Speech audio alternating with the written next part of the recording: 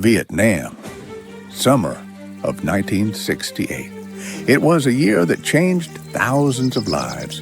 A year when the jungle hid death and small patrols went out every day into the unknown, never knowing if they would return. This is a story that would normally be lost in the archives.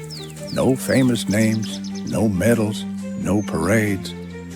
But these moments make up the real war.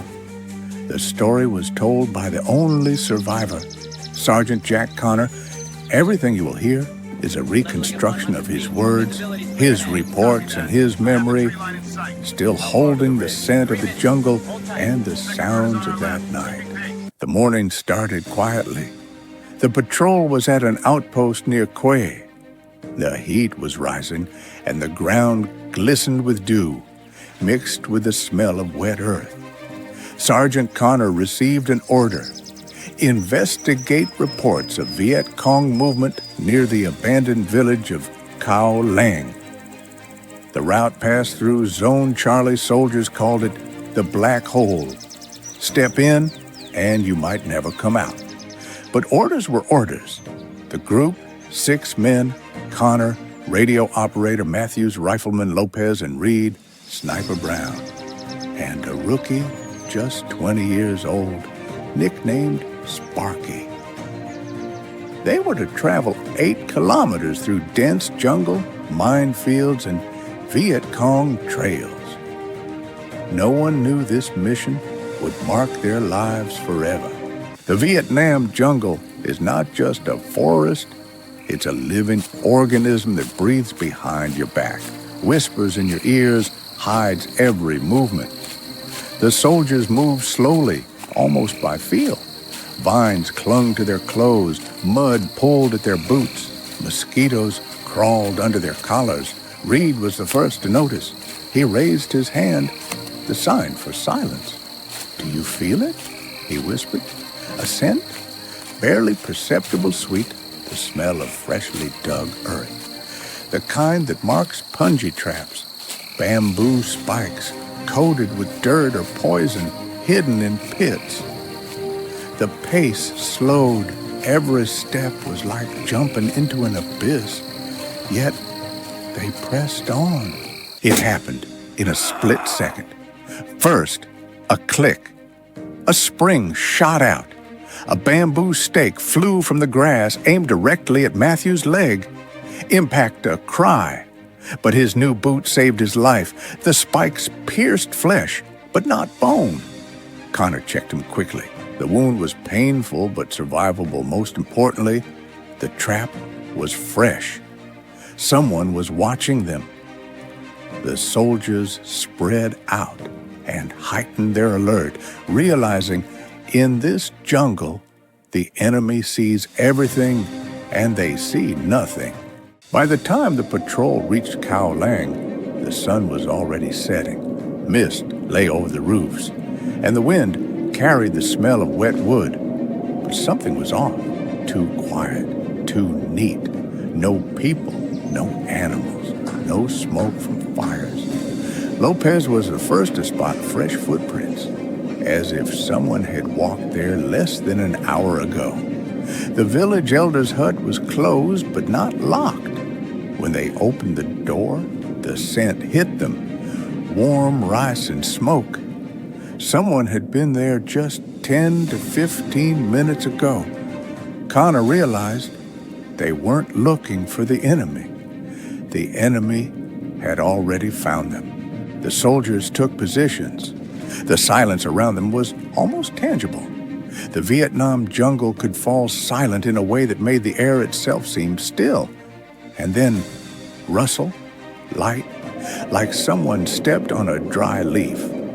Sparky turned, and at that moment, the first shot rang out. Not from the front, not from the village, from behind. The patrol was instantly under attack. Fire from Type 56 rifles, tracers, flashes in the dark. The Viet Cong struck from both sides, perfectly timed. The patrol was trapped. To the left, old houses. To the right, impenetrable jungle. Ahead, the unknown, behind enemy fire. They tried to call for support, but the radio was damaged. In the initial attack, ammunition would last only 5 minutes of fighting. If the enemy fully encircled them, no chance. At that moment, Sergeant Connor made a decision no manual would allow, but one that saved their lives. He ordered not to hold position, but to break through. Not where it was easier, but where the enemy would least expect. Connor ordered Lopez to set fire to a barn at the village's edge. Dry straw ignited instantly. A massive column of flames illuminated the perimeter, revealing Viet Cong positions. The enemy hesitated. The patrol ran into darkness towards an old drainage ditch the locals had mentioned. It was dark, cramped, smelled of mold and swamp. But it was a path to salvation. They crawled dozens of meters, hearing bullets whiz overhead. Grenade explosions rang out. The Viet Cong tried to guess their route, but they were already too far. Emerging from the ditch, they reached the river. The water was dark as oil, the current swift. On the opposite bank, lights glimmered, U.S. Navy PBR patrol boats. But the distance was nearly half a kilometer, and the enemy was closing in. Matthews, wounded, held a signal pistol in trembling hands. Connor helped him aim a red flare shot into the sky. Lighting the water and jungle, the boat spotted it. They turned directly toward the patrol. At the same time, figures appeared on the riverbank. Viet Cong. The patrol returned fire, buying seconds. Every second cost lives. The boats reached them almost alongside the bank. Engines roared. Searchlights cut through the darkness. "Move! Move!" shouted the sailors. Connor helped Matthews aboard first, then Sparky, then the others. He jumped last. At that moment, a volley of bullets struck the riverbank. Ricochets hit the boat. Too late. The patrol was safe. 5 out of 6 survived. One was lost in the jungle, never found. Later, intelligence determined the Viet Cong unit that set the ambush outnumbered the patrol 4-1. It was a routine reconnaissance mission, planned, standard. But in war, there are no routine missions. Anyone can face their last day. Sergeant Jack Connor lived a long life, but till his final days, he remembered the smell of the jungle, the silence before the first shot, the fire in the dark, and the red signal flare that became their only chance. This is the story of a patrol that wasn't meant to return.